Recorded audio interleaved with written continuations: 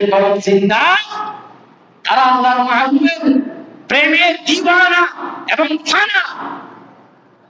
আল্লাহর মাহবুবের প্রেম এটা ঈমানের মূল শর্ত। সুবহানাল্লাহ। আল্লাহ রাসূল বলেন, লা ঈমানা লিমান লা মুহাব্বাতা লাহু, যার অন্তরের মধ্যে আমি রাসূলের মহব্বত নাই, তার ভিতরে ঈমান নাই। রাসূলের প্রেম, মহব্বত, ভালোবাসা এটা ঈমানের মূল শর্ত। বরাবর সুবহানাল্লাহ। এই নামাজ পড়লে অনেক সওয়াব, হজ করলে অনেক সওয়াব, যাকাত দিলে অনেক সওয়াব, দান দক্ষিণা করলে অনেক সওয়াব। এগুলো আপনাকে কে বলেছে? এগুলো বলেছেন নবী, ঠিক না? এগুলো বলেছেন কি? নবী। এখন সেই নবী একটু প্রশংসা করলে আপনার কান জ্বলে, আপনার চোখ লাল হয়ে যায়। আপনি নবীর দুশমন ছাড়া কিছু নয়। যারা নবীর দুশমন তাদের উপর আল্লাহর লানত।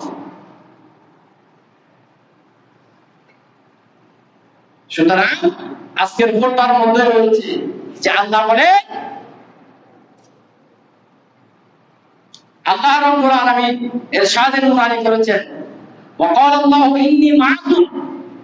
আল্লাহ বলেন, আমি তোমাদের সাথে আছি। কাদের সাথে? লাইন আকামতুমুস সালাহ, কেন তোমরা নামাজ কায়েম করেছো, ওয়া আতাইতুমুস যাকাত, তোমরা যাকাত দিয়েছো।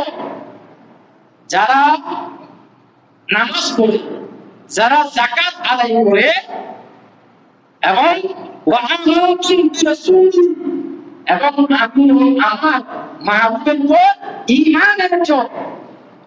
যারা নামাজ পড়ে, যারা যাকাত দেয়, যারা রাসূলের প্রতি ঈমান আনে, আল্লাহ বলেন আমি তোমাদের সাথে আছি। সুবহানাল্লাহ। যেখানে নবী নাই সেখানে আল্লাহ নাই, যেখানে নবী আছে সেখানে আল্লাহ আছে। সুবহানাল্লাহ। खुदा खुद है खरीदार मोहम्मद, खुदा मिलता है दरबार मोहम्मद। सुभान अल्लाह। खुदा मिलছে নবীর দরবার থেকে।